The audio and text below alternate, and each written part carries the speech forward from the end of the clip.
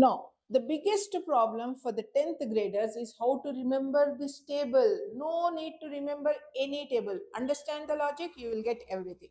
The only one line you have to remember is the sign values. Sign values. Sin 0 is 0. Sin 30 is 1 by 2. Sin 45 is 1 by root 2. And sin 60 is root 3 by 2 and sin 90 is 1. Remember just this one line, children. That's all. You don't have to remember any values. I'll tell you how to write the rest of the table. So sin 0 is 0. Sin 30 is 1 by 2. Sin 45 is 1 by root 2. Sin 60 is root 3 by 2. Sin 90 is 1. You may expect a very important question. As the value of theta increases, what happens to the sine value? So, as the value of theta increases, what does it mean? It means that when the angle increases from 0 to 90 degrees, what is happening to the sine value? Sine 0 is 0, but by the time sine 90 degrees, it has become 1. So, what you have to say? As the value of theta increases from 0 to 90, the sine value increases. What is that you have to say? Increases. Sine value increases. Very important question, children. Now, we are done with this. What is the next part? We have to fill in cos values.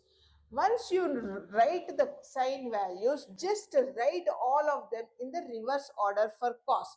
So, 1 there should be written in the 0 degrees, then write in the reverse order. Everything write in the reverse order.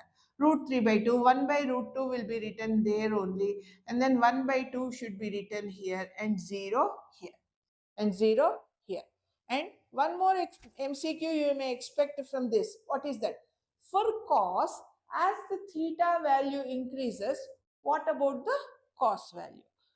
Cos value is decreasing from 1, it is becoming 0.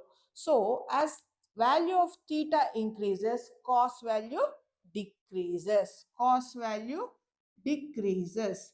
And as theta value increases, sin value increases. Very important MCQ questions, children. Now, we are done with sin, we are done with cos. How to find tan?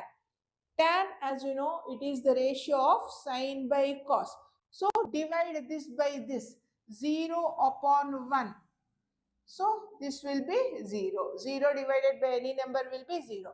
Then 1 by 2, divide it with root 3 by 2. 2 will be cancelled. I am left with 1 by root 3. So, tan 30 is 1 by root 3. And then 1 by root 2, divide it with 1 by root 2. Divide sin by cos. Root 2 cancel. I am left with 1. So, tan is 1. Repeat the process. Root 3 by 2 divided by 1 by 2. 2 cancel. So, tan 60 is 3. And then divide 1 with 0. Any number divided by 0 is infinity or undefined. So, tan 90 is undefined. Then we don't even have to bother about cosecant, secant and cot. But you should know the property. Cosecant is the reciprocal of sine. So take the reciprocal. 0. What is the meaning of 0? 0 means 0 by 1.